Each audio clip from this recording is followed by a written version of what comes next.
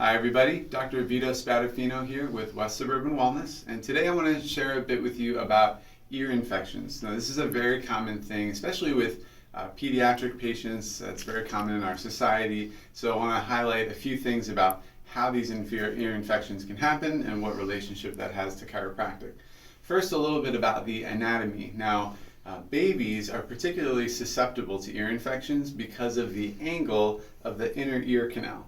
So for adults, as we develop, the inner ear canal is naturally pointed in and downward. So with gravity, it will allow the ear to drain into the pharynx, and we swallow that phlegm and those kind of things, and it gets dumped into our stomachs and everything is good, right? So bacteria and fluid can't pool.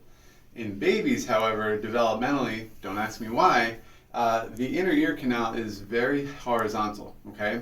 So this does allow for the pooling of that fluid that becomes a little bit of a cesspool for things like bacteria to flourish, right? So that's the reason why we see that particularly in pediatric populations as opposed to adults. How the ear drains is also important to recognize. Now you have the inner ear, right? So you have openings on the inside and then the outside. And what controls the openings and the releasing of pressure are two muscles. One muscle is called the tensor veli palatini, and that's a sphincter muscle that constricts and dilates and opens and closes the inner ear canal. The other is called the salpingopharyngeus. Why do I tell you the names of these things? Well, it's important to realize that what controls the openings are the muscles. Then we have to ask ourselves, what controls those muscles? What controls the function of any muscle in your body? You got it, your nerves, okay? So in chiropractic, you maybe have watched our other videos, we're really concerned about the nervous system, allowing the organs, tissues, and cells in our body to do their job.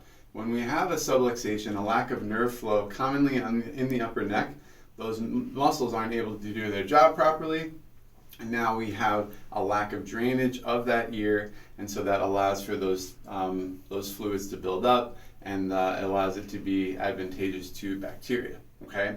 That's why we recommend for all babies to get their spine checked for subluxation to make sure there's nothing allowing for their body to be susceptible to ear infections.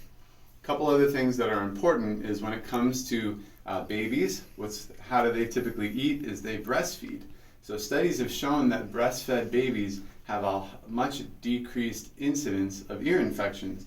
And it's because as they develop those muscles for the suckling, it strengthens their attachments around the palate. That's that tensor veli palatini. So all those muscles are getting trained to work properly. So we are big fans of breastfeeding. It's important for a myriad of reasons, one of which is decreasing ear infections.